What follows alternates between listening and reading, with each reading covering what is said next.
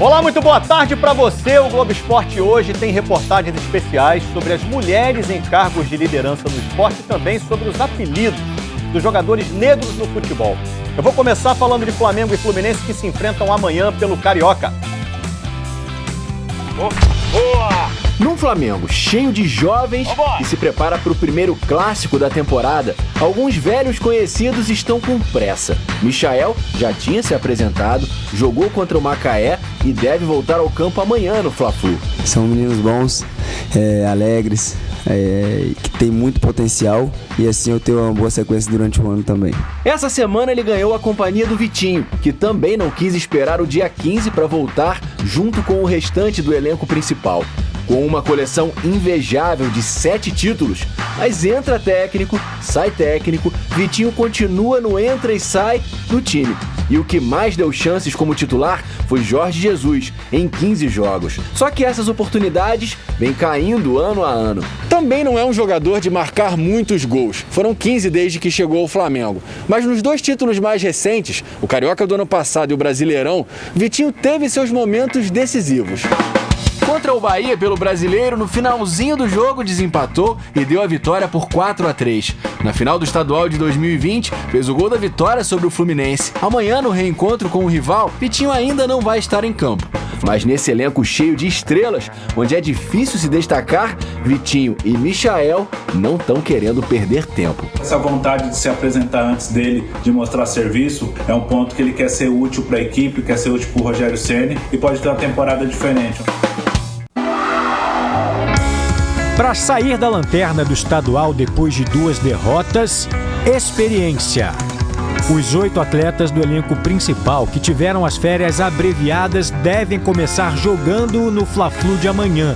São eles: Marcos Felipe, Igor Julião, Matheus Ferraz, Danilo Barcelos, Yuri, Michel Araújo, Fernando Pacheco e Caio Paulista.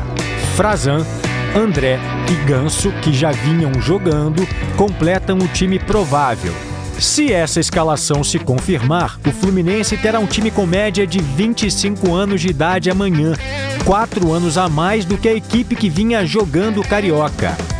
A gente está falando de nomes versus garotos talentosos.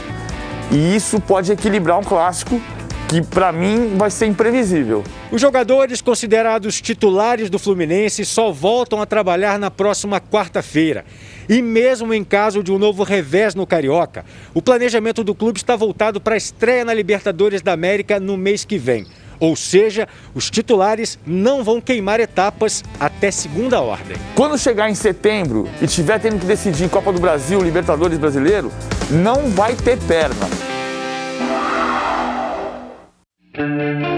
A lista não para de crescer.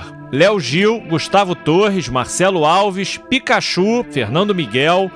A saída deles faz parte da reestruturação do futebol do Vasco, que com o rebaixamento para a Série B, calcula perder 100 milhões de reais em receitas. Mas as mudanças vão muito além. Ontem, o Vasco anunciou a demissão de 186 funcionários. Por nota, a diretoria informou que a medida representa uma redução de 35% da folha de pagamento, uma economia de 40 milhões de reais por ano em salários. Numa rede social, o presidente Jorge Salgado disse que as medidas foram duras, mas necessárias para a transformação do Vasco. No pacote de mudanças, São Januário deixa de ser a sede administrativa do clube, que passará a ser gerido de um escritório no centro da cidade. No estádio, permanecem os departamentos de futebol de base, esportes olímpicos e paralímpicos, patrimônio e o Colégio Vasco da Gama. A sede do Calabouço, onde foi realizada a última eleição, será fechada por tempo indeterminado. O clube informou que na quinta-feira, os colaboradores receberam o salário de dezembro e o 13º. E que os funcionários demitidos ontem vão receber também os vencimentos atrasados de janeiro e fevereiro. Em meio à crise, o time volta a campo hoje pelo Campeonato Carioca. O técnico Marcelo Cabo faz seu primeiro jogo no comando contra o Nova Iguaçu. Os reforços Hernando, Marquinhos Gabriel e Zeca estão regularizados, mas só vão estrear se estiverem bem fisicamente. O time titular que todo mundo escala de cor, do Diego Alves ao Bruno Henrique. O Flamengo tem de opções assim de luxo. Um zagueiro que ele foi comprar do Santos, vice-campeão brasileiro. Um zagueiro que ele foi comprar do Atlético Paranaense, campeão da Copa do Brasil, o Léo Pereira. O René, que já foi eleito o melhor lateral esquerdo de um campeonato brasileiro de Série A. O garoto João Gomes. O garoto Pepe. O Michael, comprado por uma fortuna, eleito a revelação do Campeonato Brasileiro de 19. Vitinho, que já foi a contratação mais cara da história do futebol brasileiro. E o Pedro, que é um centroavante de seleção brasileira. No currículo não são opções ruins, não. Então, mas aí não são ruins. Mas eles entregaram menos do que a gente esperava. No caso do Gustavo Henrique, no caso do Léo Pereira, no caso do Vitinho e do Michael. Mas aí eu acho entregaram que bem menos do que a gente esperava. Mas o Lucas Lima e o Scarpa também entregaram bem menos do que a gente esperava. Eu acho que a quantidade de opções que o Palmeiras hoje tem, que a gente percebe, está muito no fato de que o Palmeiras tem um elenco que há um ano pouquíssima gente conhecia e que hoje todo mundo... eram garotos, né? Exatamente. Então, assim, o Flamengo pode ter um elenco com essa quantidade de opções se o João Gomes for daqui a um ano que o Patrick de Paula foi, se o PP se transformar no que o Gabriel Menino se transformou. E aí é uma questão de oportunidades. Gostado que já era uma queixa do Jesus, né?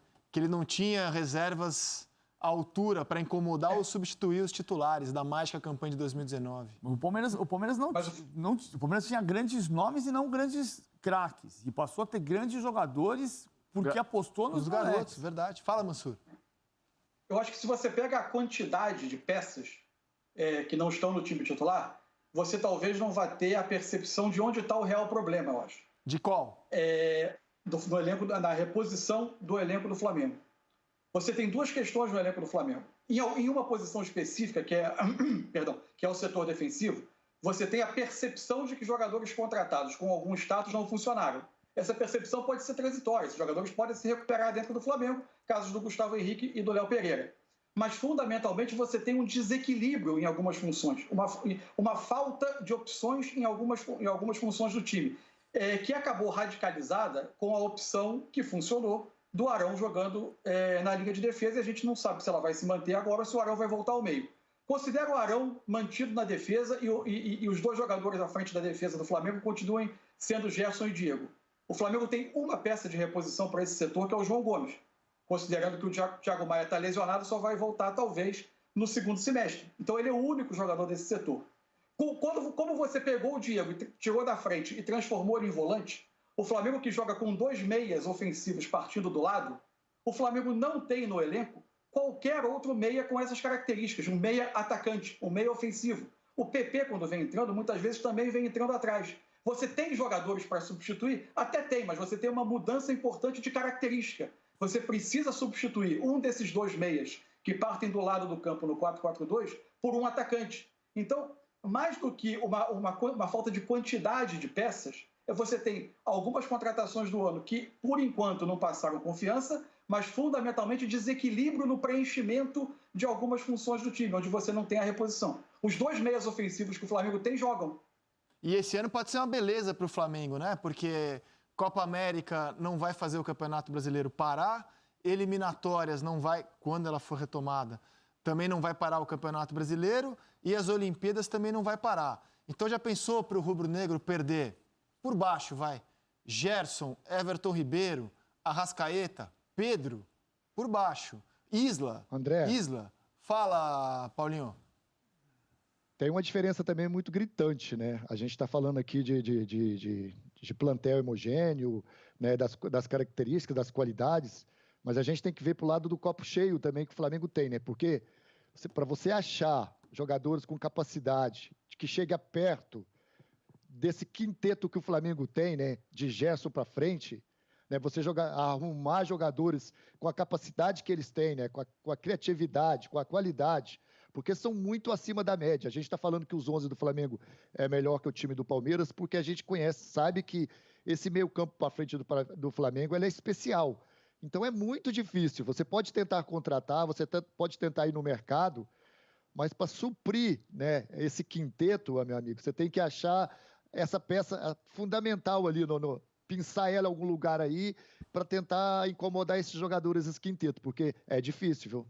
Não, e eu acho, Paulo, seguindo na sua linha, quando você olha esse painel aqui, cara, O Flamengo se reforçou bem, na teoria lá atrás. Ninguém falou que o Gustavo Henrique era má contratação, que o Léo Pereira era má contratação.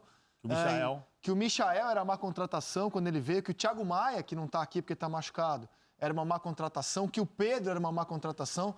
Quando o Flamengo se reforçou, a gente falou, caramba, o time titular, que já é o melhor, vai ter agora os melhores reservas do Brasil. Mas é que o Gustavo Henrique não vingou como a gente esperava, o Léo Pereira não vingou como a gente esperava, Michael, Vitinho, não vingaram. Mas é o que eu estou dizendo, se a gente for nessa comparação, a gente partiu para cada comparação do elenco que o Palmeiras tem, porque o Palmeiras jogou com time reserva ontem, time de garotos. A descoberta é você fazer o PP ser o grande meia, até o Mansur falou dos 2 meias que jogam pelos lados, o Arrascaeta está jogando um pouco mais por dentro, né? Agora, o Bruno Henrique mais pelo lado esquerdo. Mas assim, independentemente disso, o Vitinho pode jogar por dentro e por fora, mas é o PP virar, é o João Gomes virar, é você conseguir enxertar sem gastar tanto dinheiro, porque não está sobrando. Hoje tem a matéria do GE falando que o Flamengo arrecadou 110 milhões de reais a menos e que precisa fazer 160 milhões de vendas. Então, a solução tem que estar em você descobrir essa reposição em jogadores que você cirurgicamente descubra. É muito curioso, você falou da reposição no caso do Palmeiras. Os grandes reforços que você citou, o Impereur, ninguém conhecia. O Kusevich, conhecia-se, mas não era um jogador famosíssimo. Os 3 porquinhos, Gabriel Menino, Patrick de Paula e Danilo. São jogadores que você foi cirurgicamente. Você foi apostando que ia dar certo. O Palmeiras está muito perto de contratar o Castellanos, do New York City. Quem? Castellanos. Prazer. 22 anos, seleção sub-23 da Argentina, é do grupo City, então é possível abater... Qual a posição dele? Atacante, centroavante. É possível abater um percentual que o Palmeiras ainda tem do Gabriel Jesus no Manchester City, e com esse abatimento o Palmeiras quase não paga nada para ter o Castellanos no seu elenco, e você vai apostar num jogador que pouca gente... É bom jogador, PVC? É bom jogador, seleção olímpica da Argentina, 22 anos. Você vai descobrindo assim. Você pode montar grandes times descobrindo jogadores antes que outros vejam. E é o desafio do Flamengo. O Flamengo tem um timaço. O melhor time do Brasil é o do Flamengo, ninguém tem dúvida disso. A reposição... O Flamengo fez isso com o Mari, né? Com o Mari, Pablo Mari. Pablo Mari, exatamente.